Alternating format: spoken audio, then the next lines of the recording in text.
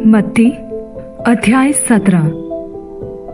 6 दिन के बाद यीशु ने पतरस और याकूब और उसके भाई यूहन्ना को साथ लिया और उन्हें एकांत में किसी ऊंचे पहाड़ पर ले गया और वहां उनके सामने उसका रूपांतरण हुआ और उसका मुंह सूर्य के समान चमका और उसका वस्त्र ज्योति के समान उजला हो गया और मूसा और एलिया उसके साथ बातें करते हुए उन्हें दिखाई दिए।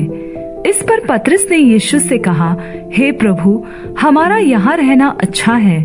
यदि तेरी इच्छा हो तो मैं यहाँ 3 तंबू बनाऊं, एक तेरे लिए, एक मूसा के लिए और एक एलिया के लिए।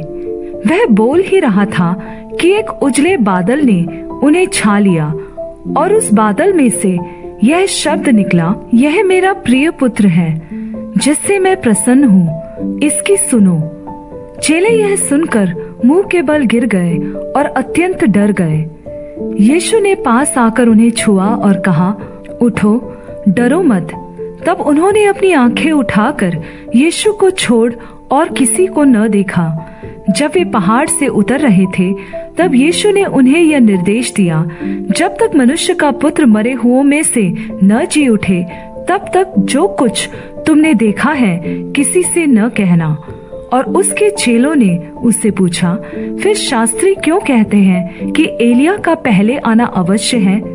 उसने उत्तर दिया, एलिया तो अवश्य आएगा और सब कुछ सुधारेगा, परंतु मैं तुमसे कहता हूँ कि एलिया आ चुका और उन्होंने उसे नहीं पहचाना, परंतु जैसा चाहा वैसा ही उसके साथ किया। इसी प्रकार से मनुष्य का पुत्र भी उनके हाथ से दुख उठाएगा। तब चेलों ने समझा कि उसने हमसे यूहन्ना बपतिस्मा देने वाले के विषय में कहा है। जब वे भीड़ के पास पहुँचे तो एक मनुष्य उसके पास आया और घुटने टेक कर कहने लगा, हे प्रभु, मेरे पुत्र पर दया कर, क्योंकि उसको मिर्गी आती है और वह बहुत दुख उठाता है और बार बार आग में और बार बार पानी में गिर पड़ता है। और मैं उसको तेरे चेलों के पास लाया था, पर वे उसे अच्छा नहीं कर सके।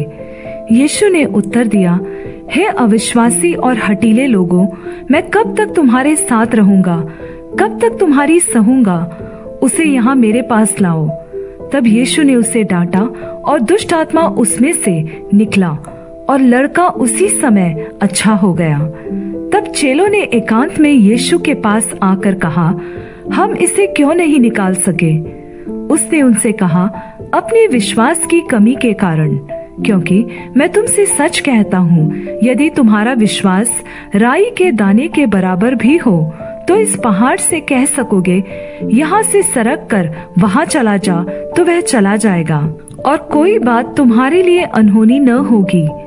पर यह जाति बिना प्रार्थना और उपवास के नहीं निकलती।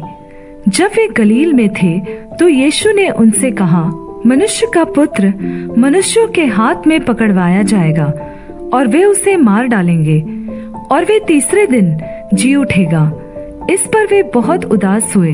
जब वे कफरनहूम में पहुँचे तो मंदिर के लिए कर लेने वालों ने पतरस के पास आकर पूछा, क्या तुम्हारा गुरु मंदिर का कर नहीं देता? उसने कहा, हाँ देता है। जब वह घर में आया तो यीशु ने उसके पूछने से पहले उससे कहा, हे शमौन, तू क्या समझता है? पृथ्वी के राजा चुंगी या कर किन से लेते हैं, अपने पुत्रों से या परायों से? पतरस ने उनसे कहा, परायों से। यीशु ने उससे कहा, तो पुत्र बच गए। फिर भी हम उन्हें ठोकर न खिलाए। तू झील के किनारे जाकर बंसी डाल और जो मछली पहले निकले उसे ले, तो तुझे उसका मुंह खोलने पर एक सिक्का मिलेगा। उसी को लेकर मेरे और अपने बदले उन्हें दे देना।